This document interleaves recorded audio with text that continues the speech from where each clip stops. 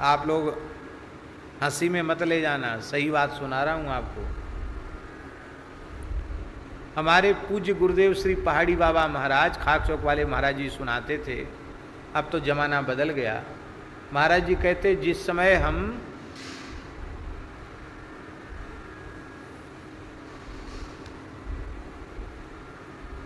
अरुणाचल प्रदेश में, नागालैंड की तरफ, जहाँ परशुराम कुंड है, तो ले परशुराम कुंड की यात्रा बहुत खतरनाक थी उस जमाने में। इतनी खतरनाक थी, आज भी खतरनाक है। हम लोग तो हो गया है परशुराम कुंड। वहाँ आज भी जंगलों में नरभक्षी लोग रहते हैं, नरभक्षी, नरमांस भक्षी। और कहीं महात्मा मिल जाएं तो उनका हृदय बड़ा प्रसन्न हो जाता है। महाराज जी की सुनाई हुई बात सुना रहे हैं। वो मानते हैं कि किसी महात्मा को खा लिया जाए तो हमारे जीवन के सारे पाप नष्ट हो जाएंगे, क्योंकि महात्मा तो सब तीर्थों में घूमते हैं, वे बड़े पवित्र होते हैं, फलाहारी होते हैं, तो उनको खाने से हमारे पाप नष्ट हो जाएंगे और हमको सब तीर्थों का पुण्य मिल जाएगा, हम तो धन्य हो जाएंगे। ऐसी मान्यता वाले भी लोग हैं। तो महाराज जी कहते थे कि कुल्हड़ी फरसा, उन पर धार धर के त्यागी तपस्वी लोग चलते थे, 8-10 का झुंड, और कहीं रास्ते से भटक न जाएं इसका बड़ा प्रयास, अग्नि जला के रखते थे, नहीं तो लोग मार के खा जाएं।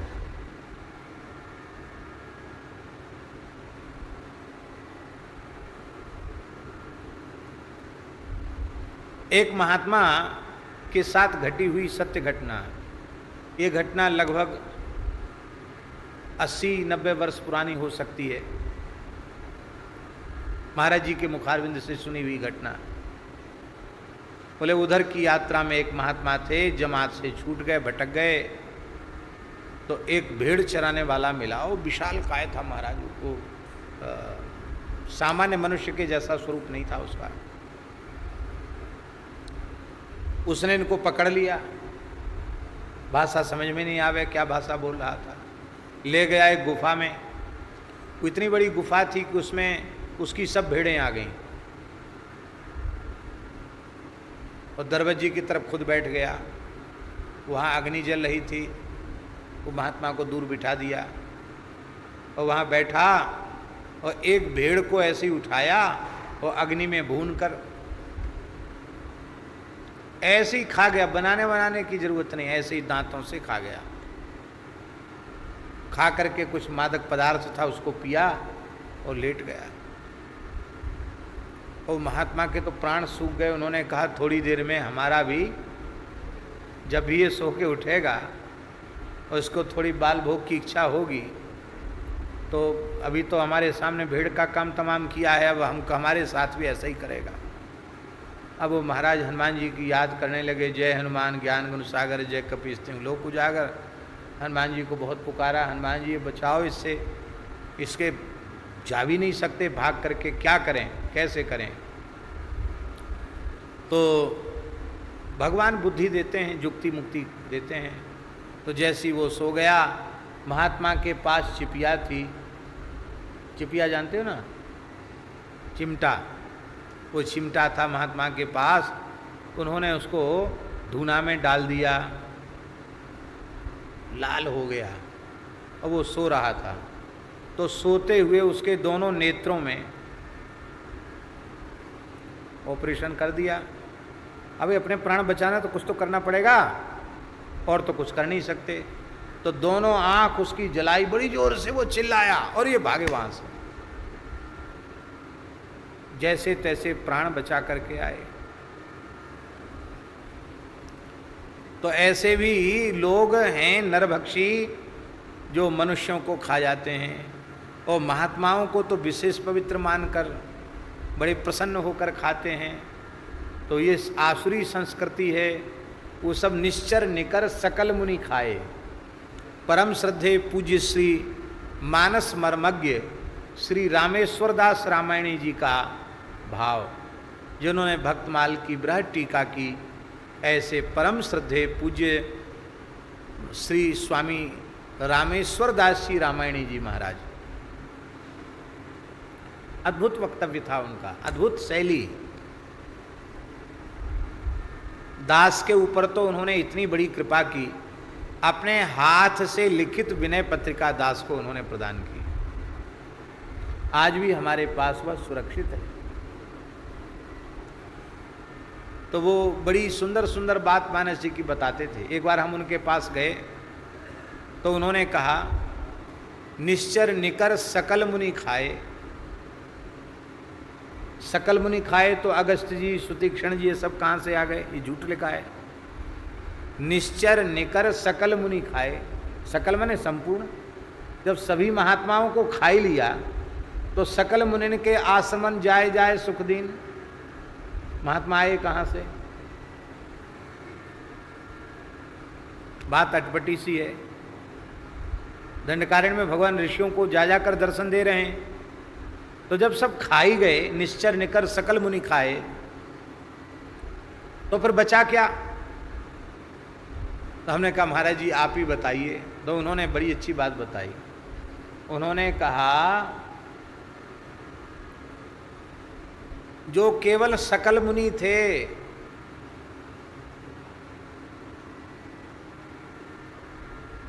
हमारे जैसे मुनियों की शकल थी, मुनि नहीं थे वस्तुतः, तो ऐसे जो सकल मुनि, उनको राक्षस खा गए। पर राम जी ने सोचा, भले ही मुनियों की शकल में थे, मुनि नहीं थे, पर भाई भेष तो साधु का था, संत का था, ऋषि मुनि महात्मा का था। तो राम जी ने उन सकल मुनियों को भी मुनि ही माना। तो निश्चर निकर सकल मुनि खाए। भाई सब लोग घर छोड़ के चले आते हैं जंगल में, पर जंगल में बस जाने मात्र से और कोई एक विशेष वेशभूषा बना लेने मात्र से सब ऋषि मुनि महात्मा नहीं बनते हैं।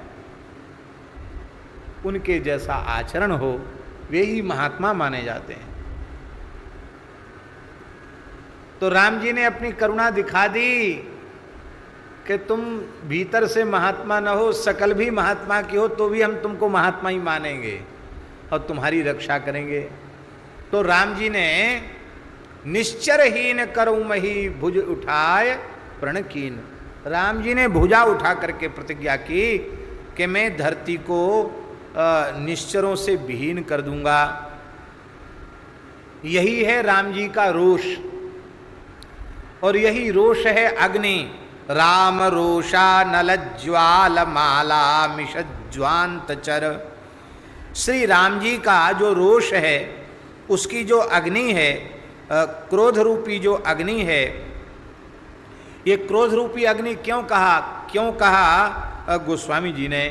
इसलिए कहा कि ये सब संतापराध करने वाले हैं, भक्तापराध करने वाले हैं। जो अपराध भगत कर करई, राम रोष पावक सो जरई। और राम जी के रोष रूपी अग्नि में जल जाता है। हमारे पूज्य गुरुदेव श्री भक्तमाली जी से किसी जिज्ञासु ने पूछा कि महाराज जी अमुक जगह लिखा है कि होलिका को ब्रह्मा जी का वरदान प्राप्त था कि वह अग्नि में नहीं जलेगी, तो ब्रह्मा जी का वरदान झूठा कैसे हो गया? होलिका जल गई और प्रहलाद जी कैसे बच गए?